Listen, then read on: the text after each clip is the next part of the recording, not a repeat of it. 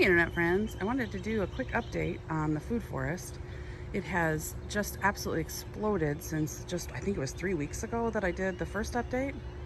So I wanted to give just a little update on what's going on. So this is the beginning of it, and as you can see, the paddocks, I guess you could call them, the little islands, have just absolutely exploded. Now I've been filling them in as I go. Every time I see a space, I put something in there. So let's explore. So down here we have the fig, which is the kind of right here in the foreground. And then down here we've got Anise hyssop, something called tree basil right here. It's supposed to be perennial. My first year growing that, I've never grown it before. Lemon basil, all kinds of flowers, zinnias, marigolds. This is a pink lemonade sunflower, so we'll be really interested to see what that looks like when it gets going.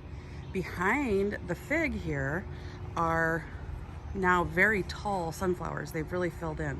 Very cool. And then we have our archway. Grapes are growing wonderfully. We've got all kinds of new growth on these grapes, and they're working their way up. And the cucumbers, I've already been harvesting cucumbers off of these two plants. Over here we've got an okra and a bunch more herbaceous stuff here. A couple other sunflowers right here. So doing really well. Down in here I've got salvia and lovage mixed together. The lovage is perennial. I think the salvia is perennial. I think that depends on where you're at, but it looks like in my zone salvia is going to be perennial, but we'll see. I don't know that for sure yet. On the other side, I have not yet harvested tomatoes off of this tomato plant, but I have been harvesting leaves off of the holy basil, and I wish there was smell-o-vision and I could just rub my hand on here and you guys could smell it. It is absolutely divine.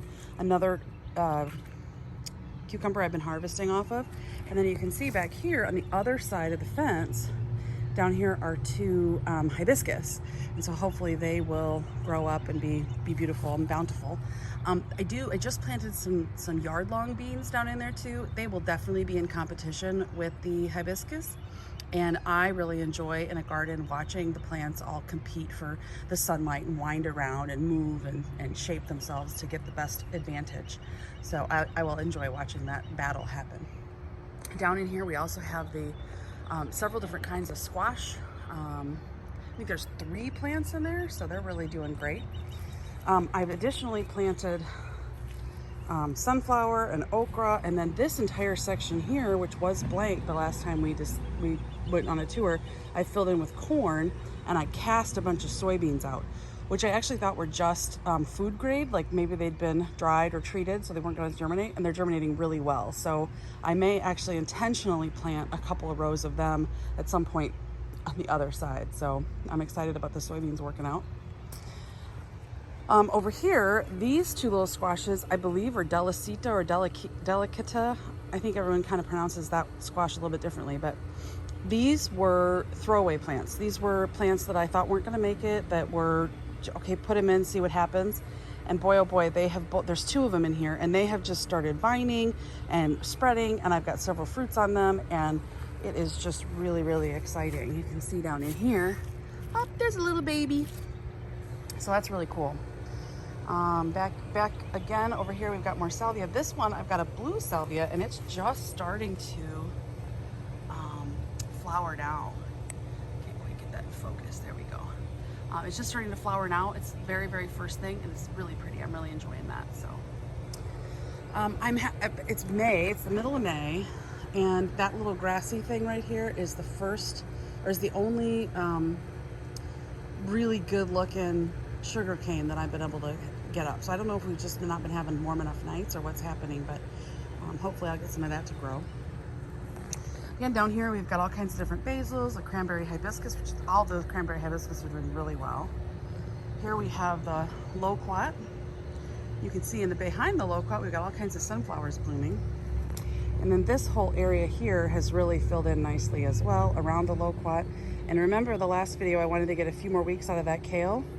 Well, I will tell you what, we are getting some beautiful, beautiful kale out of there. Now we're just starting to get a little bit of bug pressure. I don't know if you can see that in there. Just a little bit, but the top leaves are still really good, and I definitely have gotten the extra weeks out of the kale by putting them in some shade protection. Over here, you can see here's my walking path 1, walking path 2, and over here we've got all the herbaceous stuff is just doing really, really well as well. So this is elecampane, this is calendula, we've got some sunflowers back there. I've been harvesting blueberries off of this blueberry plant, so that's been delicious.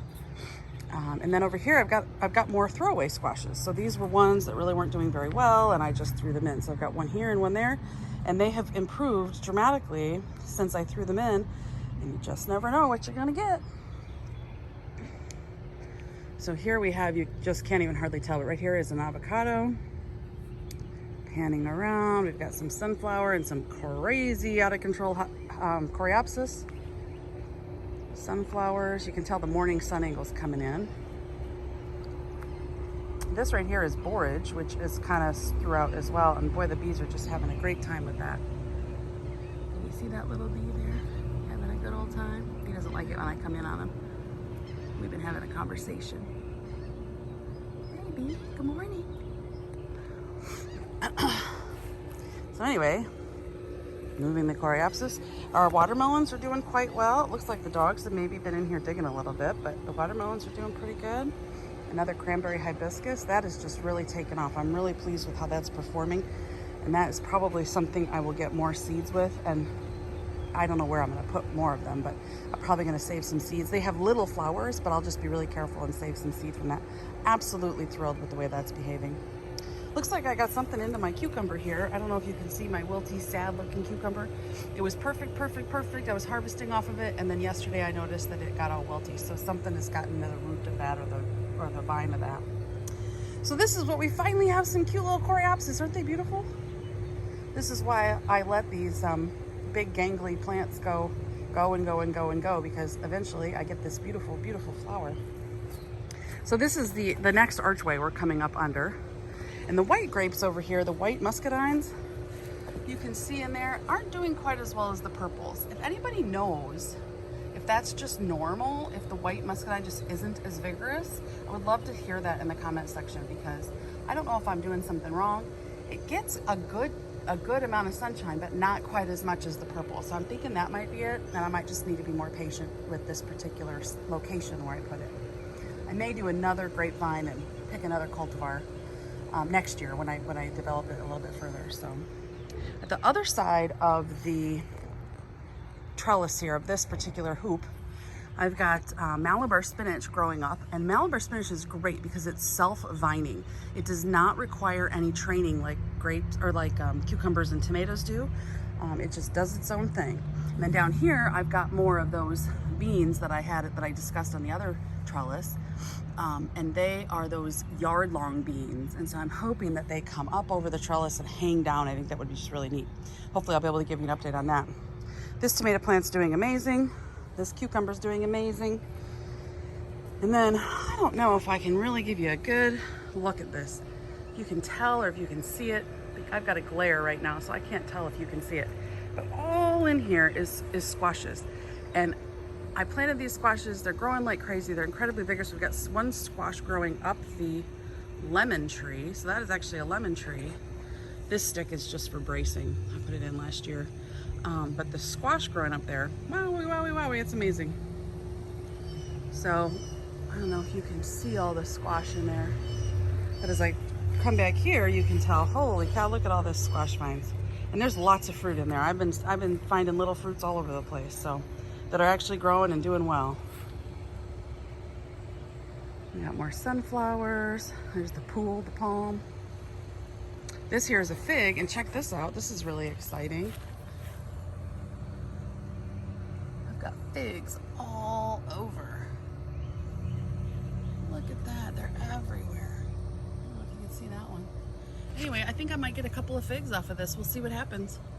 Last year, I was with my brown turkey fig, which is over there, behind that tree trunk. I was just going along. I didn't expect any fruit to happen. I thought it would just be, you know, just a growth year for that. It was his first year, and boy, oh boy, one day I came out and there was ripe figs on there. I had missed the growth and everything, so that was kind of fun. So this back here is my corn, and it is sad and sorry. It is just doing pitiful. This really was, it was very sunny here when I planted this, because all of this hadn't filled in yet. And I really thought that the angle of the sun would be such that it would come in the other direction. I swear the sun has a different angle this year than it did last year, which I'm sure isn't true, but that's how it feels. So anywho, I am just letting this grow. If it produces a ear or two of corn, great, but I'm mostly going to be using this as organic material, letting it do whatever it can in the meantime, and then this will just be biomass, chop and drop biomass as we go.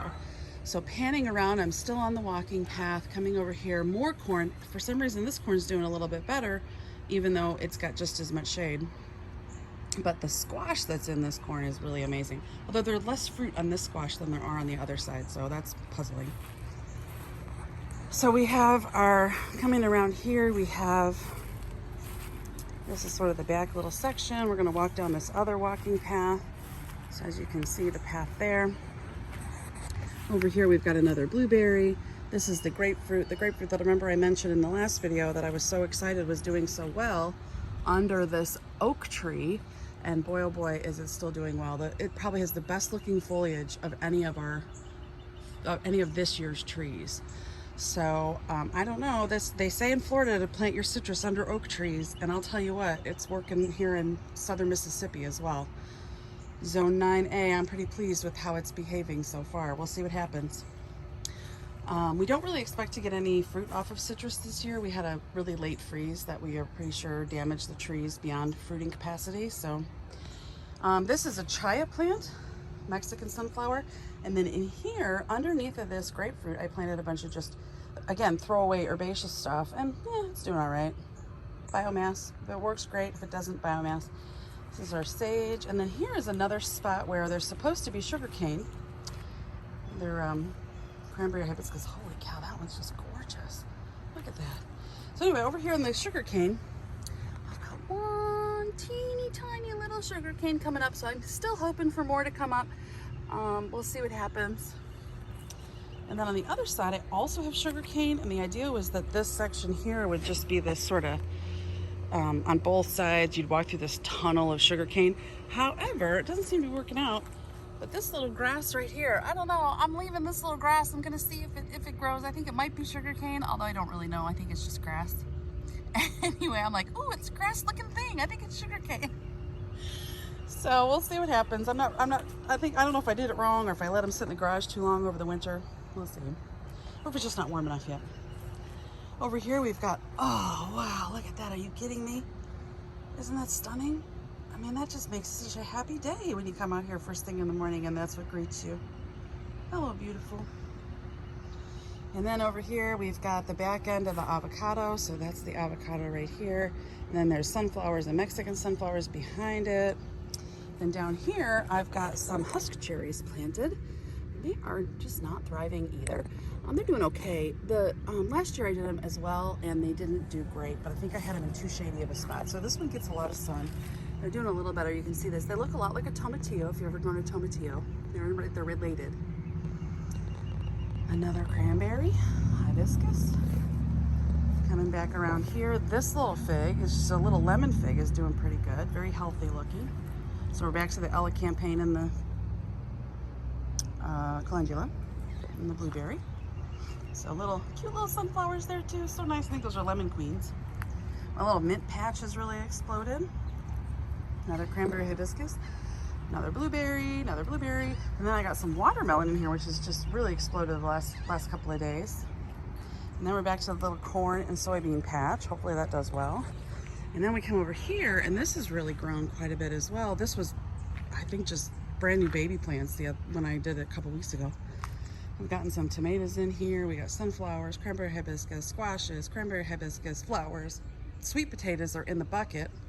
I've got dogs and they tend to like to poop in this area, so I do not want to put sweet potatoes in the ground. I just feel like that's not sanitary. So I have opted to do my sweet potatoes over here in containers. And I usually do my sweet potatoes in containers anyway, but in the food forest I wanted to have a vining layer of sweet potato, but I just can't square it. I just think it's unsanitary. So I think the sweet potatoes are going to stay up, and I may put in some of that Malabar spinach as a vining layer and just whatever, if it spreads, fine. I'll just won't use that. I'll just let that be the healthy vining layer for the food forest. So we'll see. And that will self-seed, so it'll just come back every year. It'll be great. As you can see, I do have some of the Malabar spinach on the corner there. And this is the trellis for the tomatoes. Another little Malabar spinach there. Right here, where's my finger there? And then I'm also gonna be planting those yard-long beans, one in between each of the tomato plants. But I've actually sorted those in pots because I don't wanna just chance germination. I wanna make sure I've got one in between each one. So that'll look great. This whole back section is gonna be, this back fence will be kind of covered in layers. So I did go ahead and plant a couple of things over here since we last looked. One of the things is my kumquat. So I've had that in a bucket for a year. It's doing really well here. It likes it. Gets a good amount of sun there. And then back there is my Pakistani mulberry, which is falling over, and I need to stake it, and I don't know, it's just pitiful. But then I also have a little section here with everbearing dwarf mulberry, katuk, and a Barbados cherry. So hopefully those will get into. I just want them to get a little bigger before I put them in, at the mercy of the world. And then this section back here where the tree stump is, I put a few squashes and tomatoes over here. Oop, every time I do that, it unfocuses. Over there. And then this section back here, for this year, I think I'm gonna get larger pots and put sweet potatoes on the stump, or maybe down here. I'm not sure, but I'm not gonna do a whole lot with this. Eventually this spot over here is gonna have my moringa. I still haven't developed that over there, so that's, you know, on the list. And because the moringa really can't tolerate city water, so I kind of wanted it segregated off to the side. So hopefully we'll get that done soon. Moringa over in this corner. And that's pretty much it. As you can see, I'm going to pan back over here. It is really abundant. This is the other side, so that's the grape trellis, and this is the sunflowers that are on there. Holy cow, is it beautiful. And then I've got onions and okra and marigolds, and that's about it right in here, right on the edge here, so that when the sunflowers die back, the okra will be big enough to provide shade protection for the squashes that are still in there. And I've got more okra coming, which will serve that purpose as well, and more Mexican sunflowers, which will serve that purpose as well. The entire point of a South Mississippi food forest is shade protection, shade protection, shade protection. So hopefully I can get my herbaceous stuff to last just a little bit longer. All right, so that's about it. I think it is just really exploded. I hope you can see it. The lighting was funny. I can't see it very well, but I'm hoping that you can, because with the morning dappled light coming in. All right, hope y'all are having a blessed day. Be well.